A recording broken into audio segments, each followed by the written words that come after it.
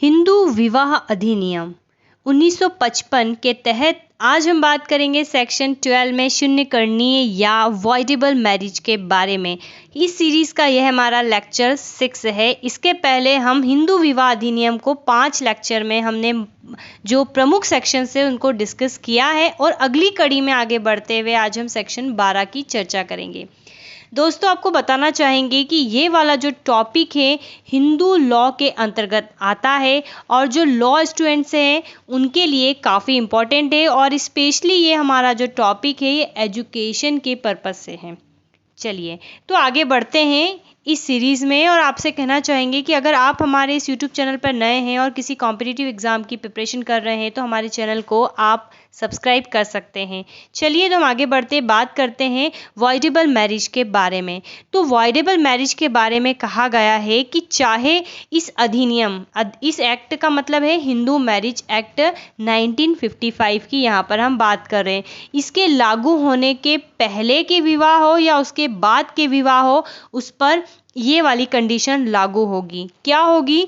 तो यहाँ पर कुछ ग्राउंड दिए हुए हैं। अगर ये कंडीशन होती है तो कोई भी पक्षकार, स्पेशली जो पीड़ित पक्षकार है, उसे लगता है कि उसके साथ अन्याय हुआ है तो इसके तहत वो न्यायालय में याचिका लगा सकता है विवाह को शून्यकरण करने की। और जब न्यायालय आज्ञप्ति दे देता है तो फिर विवाह का अस्तित्व खत्म हो जाता है। तो पहला इसमें आता है नपुंसकता, ठीक है। दूसरा आता है माइंड अनसाउंडनेस, दैट मीन जो प्रति उत्तरदाता है, क्योंकि पीड़ित पक्ष जो है याचिका लगा रहा है तो हम उसको पैटिशनर बोल रहे हैं।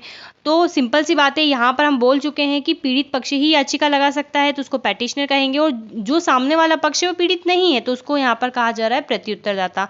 तो जो रिस्पोंडेड होता है अगर वो अस्वस्थ मस्तिष्क का है या मस्तिष्क की ऐसी बीमारियों से ग्रसित है जिसके साथ जो निर्वाह करना मुश्किल है तो ये वाला ग्राउंड देखा जाता है। और तीसरा ग्राउंड, स्पेशली ये पहले बहुत चलता था लेकिन 1978 में जब बाल विवाह संशोधन अधिनियम पारित हो गया तो उसके बाद इसकी संभावना काफ़ी कम हो गई है। लेकिन फिर भी आज हम इसको पढ़ते हैं कि याची अथवा कन्या के संरक्षक की सहमति वैवाहिक संस्कार के संबंध में बल प्रयोग या कपट के द्वारा प्राप्त की गई हो। क्योंकि पहले जब शादी कम उम्र में हो जाती थी तो जो संरक्षक होते थे वही डिसाइड करते थे, जो उनके पेरेंट्स होते हैं, कि विवाह किससे किया जाए या ना किया जाए। तो बल या कपट पूर्वक प्राप्त की गई है और ये साबित कर दिया जाता है तो विवाह को शून्यकरण किया जा सकता है। और अगर पत्नी के केस में कि अन्य किसी व्यक्ति से गर्भिणी हो गई हो, ठीक है, पति के अलावा अन्य किसी का बच्चा उसके पेट में हो तो पति इसके लिए जो है वॉइडेबल मैरिज के लिए आवेदन कर सकता है। तो काफ़ी इंपॉर्टेंट है। तो मुख्य रूप से 4 ही होता है। अब वॉइडेबल मैरिज का क्या फ़र्क पड़ता है? तो मुख्य रूप से यहाँ पर जो वॉइडेबल मैरिज होता है इसके संबंध में प्रमुख बात ये है कि यहाँ पर व्यक्ति वॉइडेबल मैरिज की अगर आज्ञप्ति दे देती है तो दूसरा विवाह नहीं कर सकता है और अगर ऐसा करता है तो उसको जो है धारा 17 के अनुसार दंड का प्रावधान किया गया है। किसमें? वॉइडेबल मैरिज में। हालांकि शून्य विवाह में ऐसा नहीं होता। हम इस दोनों में अंतर की चर्चा जो है बाद में करेंगे। अगर हम नपुंसकता के विषय में बात करें कि क्या होता है तो हम यहाँ पर इसको देखते हैं नपुंसकता को। तो आप सभी से अंडरस्टूड है कि विवाह का प्रमुख उद्देश्य जो होता है संतान उत्पत्ति होता है।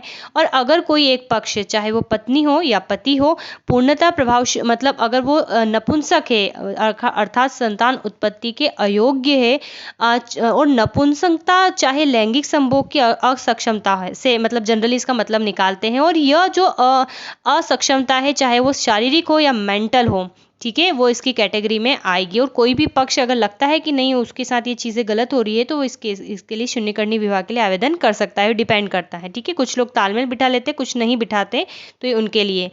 तो नपुंसकता दिल्ली उच्च न्यायालय के निर्णय के अनुसार संपूर्णतः सभी अर्थों में लैंगिक संभोग पूरा करने की असमर्थता है, ठीक है। लेकिन यहाँ पर स्पेशल बात है कि बांझपन जो होता है महिलाओं में वो नपुंसकता की कैटेगरी में नहीं आता है। संतान धारण करने की अयोग्यता विवाह विच्छेद का आधार नहीं हो सकता है यदि यह सिद्ध नहीं किया जा सकता है कि संभोग की कोई शक्ति नहीं थी, ठीक है। तो बेसिकली यहाँ पर फिजिकल रिलेशन से ही इसका मतलब निकाला जाता है, चाहे वो फिजिकली हो या मेंटली हो। अगर कोई एक पक्ष कैपेबल नहीं है चाहे वो मेंटली ही क्यों ना हो तो फिर वो नपुंसकता के आधार पर जो है आवेदन ला सकता है। तो आंध्र प्रदेश उच्च न्यायालय ने इस विषय में एक महत्वपूर्ण वाद दिया था कि 12(1) के अधीन आज्ञप्ति प्राप्त करने के लिए प्रमाणित करना आवश्यक नहीं है कि प्रत्युत्तरदाता पूर्णतः नपुंसक हो। अनुतोष उस स्थिति में भी प्रदान किया जा सकता है जबकि प्रत्युत्तरदाता पति जो है याची पत्नी के लिए ही नपुंसक हो, क्योंकि ऐसा माना जाता है कि कोई एक पक्ष जो है एक व्यक्ति के लिए नपुंसक हो सकता है लेकिन हो सकता है वो दूसरे के लिए ना हो। ठीक है। अब अगर हम बात करते हैं इस प्रकार के तमाम केसेस से, अगर आप डिटेल में पढ़ना चाहें तो आप हमें कमेंट कर सकते हैं, हम इसको बहुत डिटेल में लेकर आएंगे विद केस, लेकिन हम आज इसको आउटर ही समझते हैं। अब नपुंसकता के विषय में अगर बात करें कि मान लीजिए किसी का विवाह हिजड़े से हो जाता है तब क्या होगा, तो उस केस में जो है विवाह शून्य होगा। ठीक है, उस केस में विवाह शून्य होगा क्योंकि आधुनिक हिंदू विधि में किसी नपुंसक यानी कि हिजड़े के साथ विवाह शून्य करनी होता है, किंतु दो नपुंसकों के बीच विवाह जो होता है वो शून्य होता है क्योंकि विवाह के पक्षकार में से एक पुरुष तथा दूसरे का स्त्री होना आवश्यक होता है।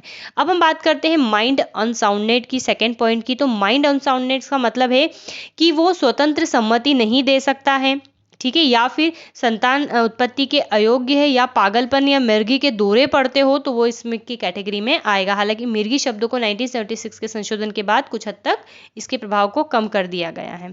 ठीक है। अब तीसरा है बल या कपट द्वारा अगर सम्मति प्राप्त की गई हो तो भी जो है पक्षकार ये काम कर सकता है। हालांकि इस स्थिति में साफ कहा गया है कि कपट का पता चल जाने के 1 वर्ष के अंदर अंदर जो है याचिका प्रस्तुत करनी चाहिए। यहाँ पर समय सीमा का काफी महत्व है। और अगर पत्नी अन्य किसी से गर्भिणी हो तो इस आधार पर भी जो है पति विवाह वॉइडेबल मैरिज का आवेदन ला सकता है और इसके आधार पर बाद में जो है डिवोर्स भी हो जाता है। तो दोस्तों आज हमने बात करी शून्यकर्णी विवाह की। इसके बाद हम बात करेंगे सेक्शन 13 की जो काफ़ी इंपॉर्टेंट है, जिसमें तलाक के बारे में जो प्रमुख ग्राउंड दिए गए तो उसको हम काफ़ी विस्तार से समझने वाले हैं। सो गाइज, अगर आप हमारे इस चैनल पर नए हैं तो हमारे चैनल को सब्सक्राइब करें, वीडियो को लाइक करें, शेयर करें। Have a nice day and thanks for watching.